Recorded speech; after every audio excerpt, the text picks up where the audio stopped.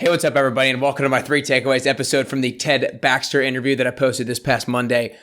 If this isn't an inspirational story for you and for everybody who listened, then I don't know what is. I mean, Ted, about 15 years ago, underwent one of the most tragic accidents or incidents that could happen to any individual, and he had just a massive stroke.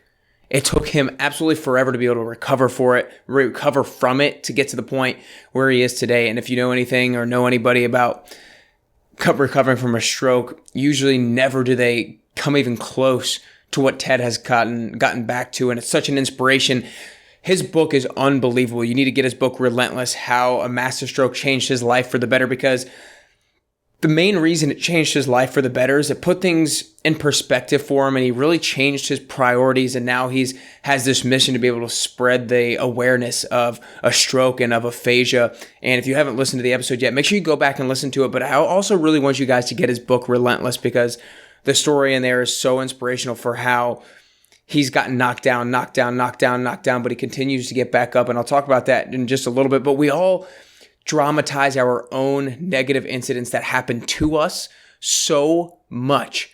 But when you see somebody else who has experienced something that's 10 times worse or 10 times greater than you, then you can put things into perspective and realize the things that happen that are bad to you aren't really that bad in the grand scheme of things compared to everybody else. But let's get right into my 3 takeaways. Number 1 is small wins every single day. Now, with recovering from a stroke, small wins that's no exaggeration. They are small wins. I mean, learning a new word is a small win for him. Taking one step is a small win for him. Not stuttering as much is a small win. And every single day when he was recovering, he tried to focus on just what's one thing I can do to improve today. I mean, in the first year after his stroke, he only knew about 1,000 to 1,500 words. And to put things into perspective, that's about the number of words that a 4-year-old knows. A 4-year-old.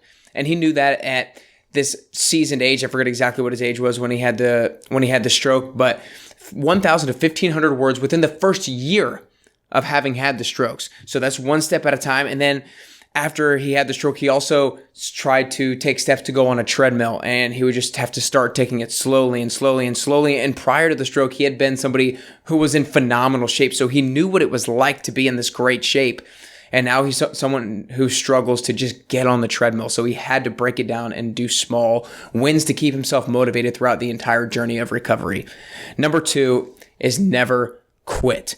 I mean, again, I talked about in the intro how he had setback after setback after setback. Not only did he have the stroke, but if you listen to the podcast, he had 3 different seizures that knocked him down time and time again. He would see a lot of progress after recovering. Then he'd have a seizure that put him back.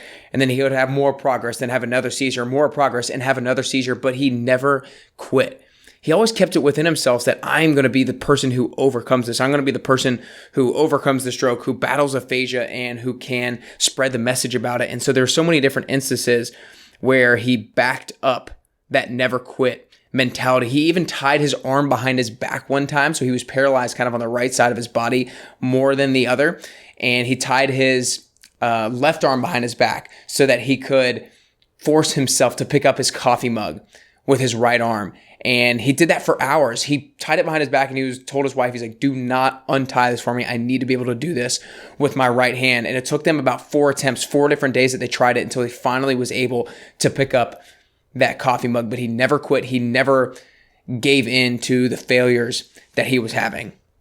And then takeaway number 3 is how you do one thing is how you do everything. And that's more of a lesson that I think I took away from it towards the end of the episode, because how he worked out after he had a stroke was directly relational to how his speech came back. How he did one thing was directly relational to how he did everything. And I think that's such a big lesson. If we work hard in one area of life, you're going to work hard in one other area of your life. The biggest thing there is don't give yourself excuses in any area of your life. Don't let yourself off in any area of your life, because if you do it in one, if you have an excuse in one area, you'll have an excuse in another. And if you've ever taken one of my fitness classes, I talk about how there's timed intervals in these fitness classes. And if people stop early at the end of those timed intervals, if they stop 1 second, 2 seconds, 3 seconds early, they're going to do the same thing outside. They're going to leave work 3 minutes early, 4 minutes early, 5 minutes early, it transitions over. So again, guys, my 3 takeaways. Number 1 is small wins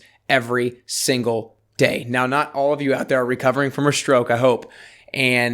But whatever you are trying to come back from, whatever your failure is, or maybe it wasn't even a failure, but you just need to focus on small wins, something small to keep you motivated, to keep you seeing progress. Takeaway number 2 was never quit. You can get knocked down time and time again, and you will get knocked down time and time again, but never quit. Always keep the belief that you can overcome the obstacle. And then takeaway 3 was how you do one thing is how you do everything. Don't stop early at the end of a fitness interval. Don't leave early from work. If you do one thing one way, it's how you're going to do something else that same way. I hope you guys enjoyed these 3 takeaways. I hope you enjoyed the interview with Ted Baxter. Unbelievably inspirational story. I mean, I loved doing the interview with him, and it was so inspiring to watch him battle his aphasia. And aphasia is essentially when you struggle with your speech, and there's different styles of aphasia that he talked about during the interview. But for him to just consistently work on himself day in and day out during this long recovery process, that's just so inspirational for me, because I've never had anything near that kind of setback in my life. So I feel like the obstacles that I've overcome have maybe been challenging, but the obstacles he's overcome have been 10 times more. So make sure you get his book, Relentless, How a Massive Stroke Changed His Life for a Better, because I truly believe that it will help you live your life differently, and it'll help you get closer and closer to your best you.